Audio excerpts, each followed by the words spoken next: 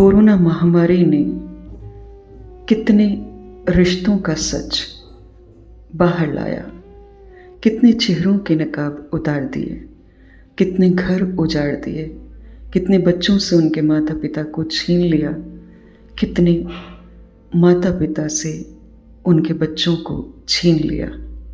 इसकी कोई गणना नहीं की जा सकती है। नमस्कार, मैं हूँ अर्चना त्यागी, एक बार फिर से आपके साथ हिंदी लेखक परिवार के YouTube चैनल पर, और आज प्रस्तुत कर रही हूँ कमला सुराना जी के कहानी संग्रह हमारे जीवन की नई कहानियाँ से एक कहानी पड़ोसिन। तो प्रस्तुत करती हूँ उनकी यह कहानी।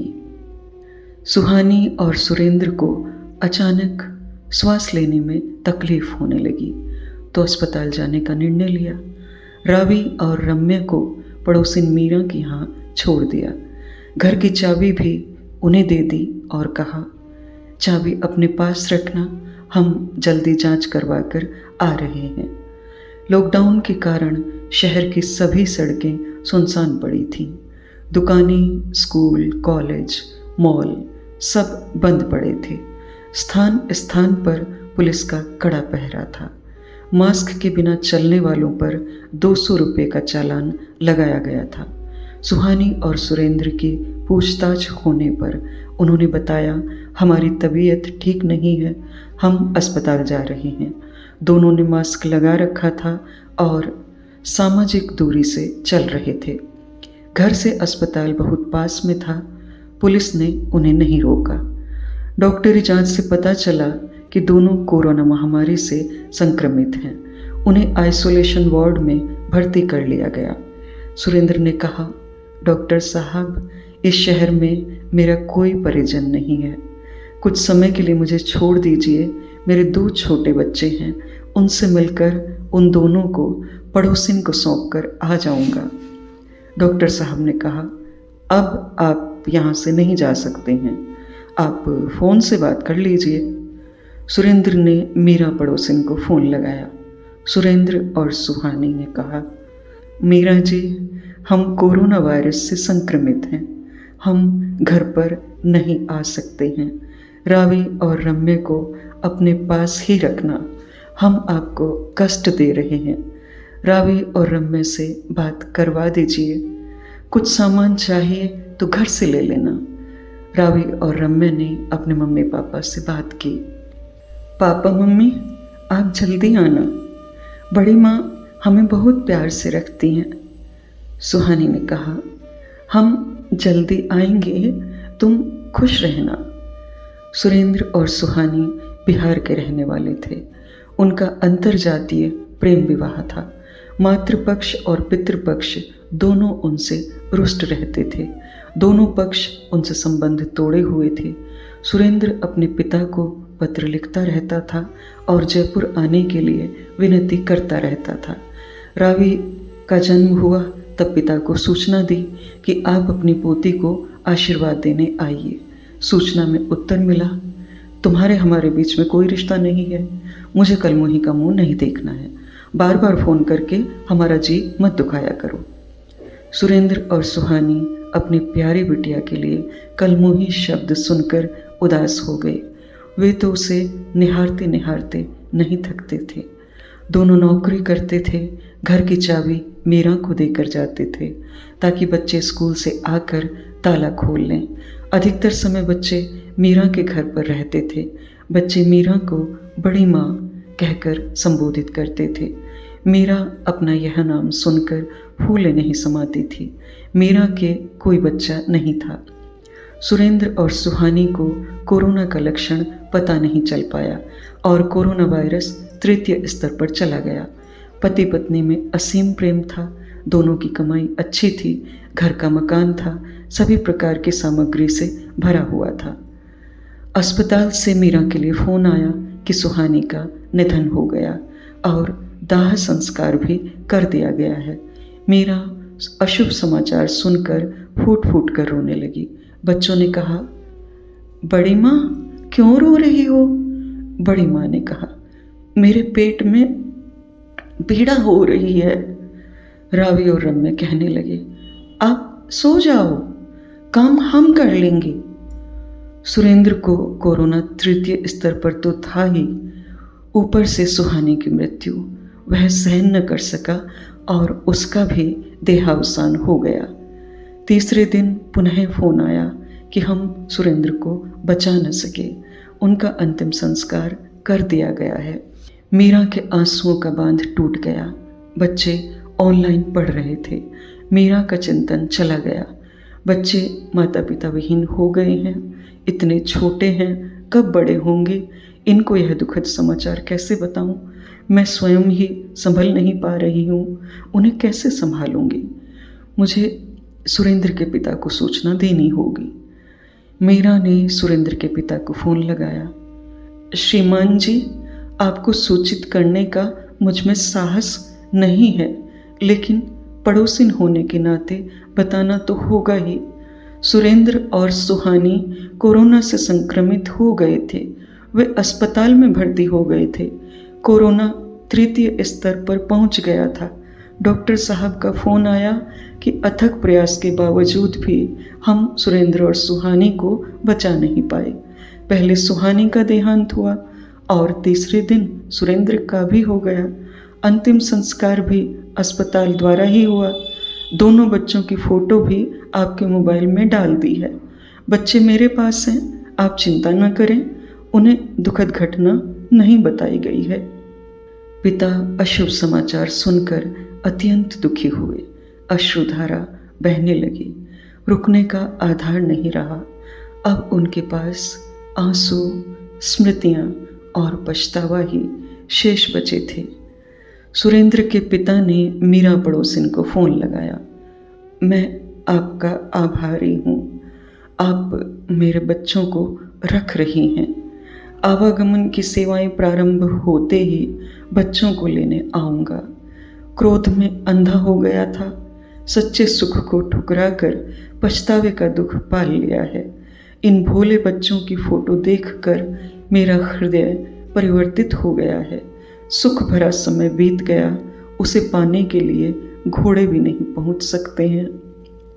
जब मीरा ने सुरेंद्र के पिता से बात की, तब रावी ने यह पंक्ति सुन ली कि सुहानी और सुरेंद्र संसार में नहीं रहे। ये शब्द सुनकर रावी बिलख बिलख कर रोने लगी और रम्य भी उसे देखकर रोने लगा। दोनों बड़ी माँ से चिपक गए। रावी बोली, बड़ी माँ, मम्मी पापा कह कर गए थे कि हम जल्दी आएंगे।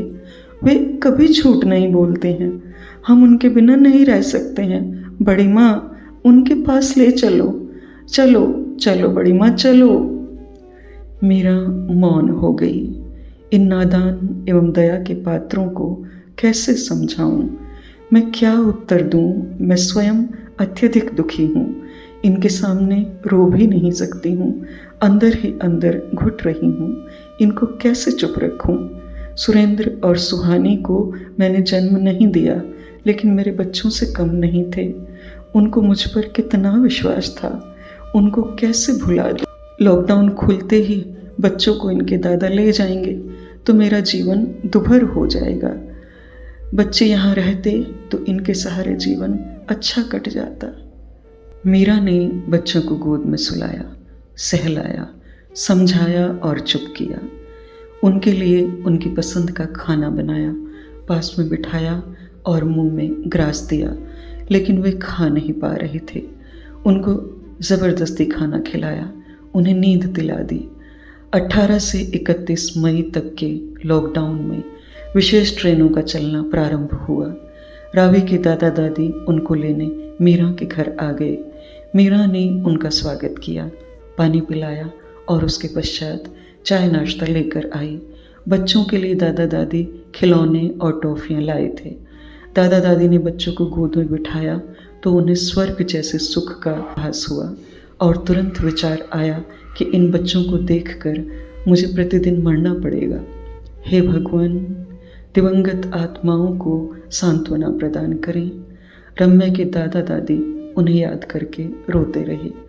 मीरा ने कहा, भाई साहब शांत रहिए, भगवान के आगे किसी का जोर नहीं चलता है। मैंने बच्चों को बड़ी कठिनाई से चुप रखा है। इन्होंने खाना पीना बहुत कम कर दिया है, उदास बैठे रहते हैं। इनकी बचपन की मस्तियाँ लुट गईं। ये होनहार बच्चे हैं। मीरा ने खाने की थाली लाकर रखी और पास में बैठकर उन्हें खिलाया। वे रो रहे थे। उन्हें ढाढ़स बंधवाया और आगे की सुध लेने के लिए कहा। सुरेंद्र के पिता ने कहा, आप इन्हें मेरे साथ भेज दीजिए, मैं इन्हें बहुत प्यार से रखूँगा। मीरा, मैं इन बच्चों को बहुत प्यार करती हूँ, इन्हें छोड़ना नहीं चाहती हूँ, लेकिन इन पर पहला अधिकार तो आपका ही है। आप 4-5 दिन इनके साथ रहिए, तब चलने के लिए इनका मानस बनेगा। बिहार जाने की घड़ी आ गई। मीरा ने चाबी लेकर सुरेंद्र का घर खोला और पूरा घर सुरेंद्र के माता पिता को दिखाया। कमरे में सुरेंद्र के परिवार की बड़ी सुंदर फोटो लगी हुई थी। रम्या की दादी फोटो देखते ही मूर्छित हो गई। 8-10 मिनट के बाद उन्हें चेतना आई। बच्चों के पहनने के कपड़े, पाठ्य सामग्री और खिलौने पैक किए। मीरा ने खाना बनाकर साथ में दिया। पानी की बोतल भर कर तैयार की। ट्रेन के आने का समय हो गया।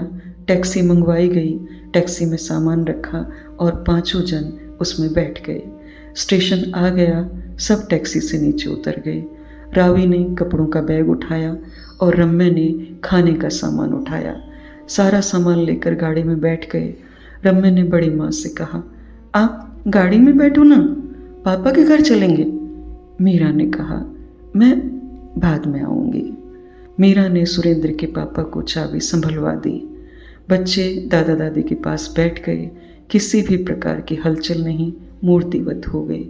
गाड़ी छुक छुक कर चलने लगी तो बड़ी माँ को प्रणाम किया और हाथ हिलाती रही। बच्चे बेचारे बेचारे हो गए। कोरोना वायरस ने हंसती खेलती जिंदगी छीन ली। रम्या दादा से बार बार कहता, अब पापा का घर आएगा, पापा मम्मी मिलेंगे। पटना शहर आ गया। गाड़ी रुकी। उन्होंने टैक्सी की और घर पहुंच गए। घर की घंटी बजाई और चाचा चाची सामने आए।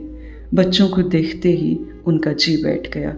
पापा जी हमारे लिए आफत की पुड़ियाँ क्यों लाई? दादी ने बच्चों को नहलाया धुलाया, उन्हें खाना खिलाया, रात को अपने पास सुलाया। रम्या ने पूछा, मम्मी पापा कहाँ हैं? मुझे मिलना है। दादी कुछ नहीं बोली। उन्होंने कहानी कहना आरंभ कर दिया। दिन बीतते गए, लेकिन रावी रम्या रोते रहते थे। उन्हें यहाँ सब पराए पराए लगते थे। चाची के एक लड़की और एक लड़का था। वह अपने बच्चों को उनके साथ खेलने नहीं देती थी। आपस में बात करना भी मना था। वह कहती थी कि इनसे बोलने से, छूने से कोरोना संक्रमित हो जाओगे। एक दिन रम्या खिलौने से खेल रहा था, तभी उसका चचेरा भाई सर्वेश आया और खिलौना छीन कर ले गया।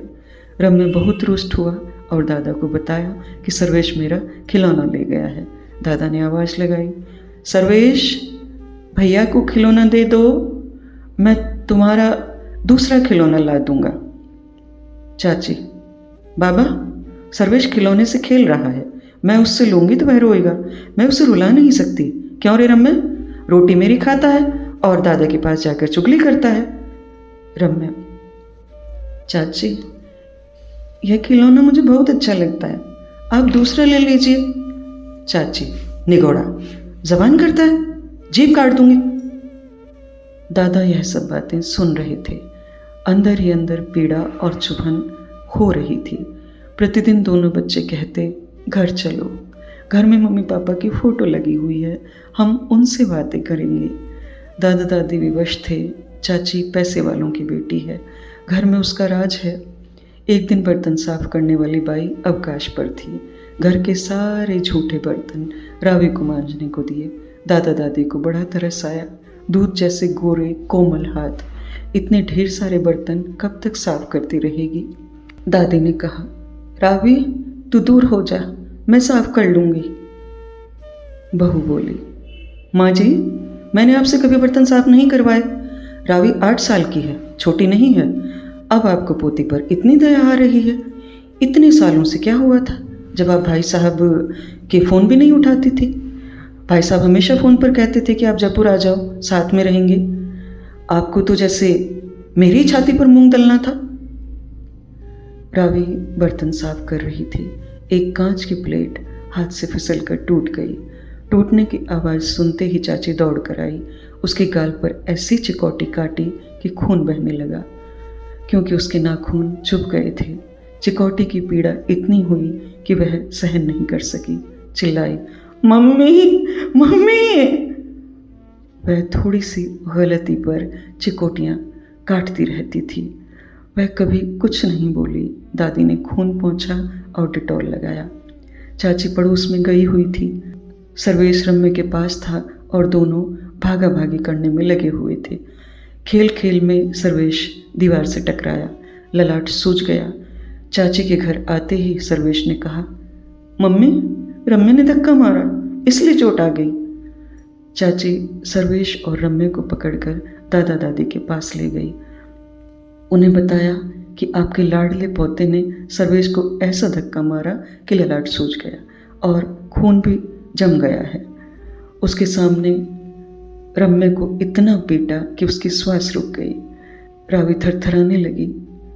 रोते रोते भाई को गले लगाकर दोनों संकुचित होकर बैठ गए। रम्य बोला, दादा मैंने धक्का नहीं मारा, वह दीवार से टकरा गया था। दादी मम्मी के घर चलो, बड़ी माँ से मिलना है, हमें वहाँ कोई नहीं मारता है। दादा दादी से यह भयंकर दृश्य देखा नहीं गया। उनके जीवन में नई बहार आई थी, वह उनके भाग्य में लिखी हुई नहीं थी। दूसरे ही दिन दादा बच्चों को लेकर जयपुर पहुंच गए। दादा घर खोल रहे थे, उसी समय बच्चों ने जोर से आवाज़ लगाई, बड़ी माँ हम आ गए। बड़ी माँ आवाज़ सुनते ही जल्दी से बाहर आ गई। बच्चों ने उनको हाथों में ऐसा कसा कि उन्हें अलग करना कठिन हो गया।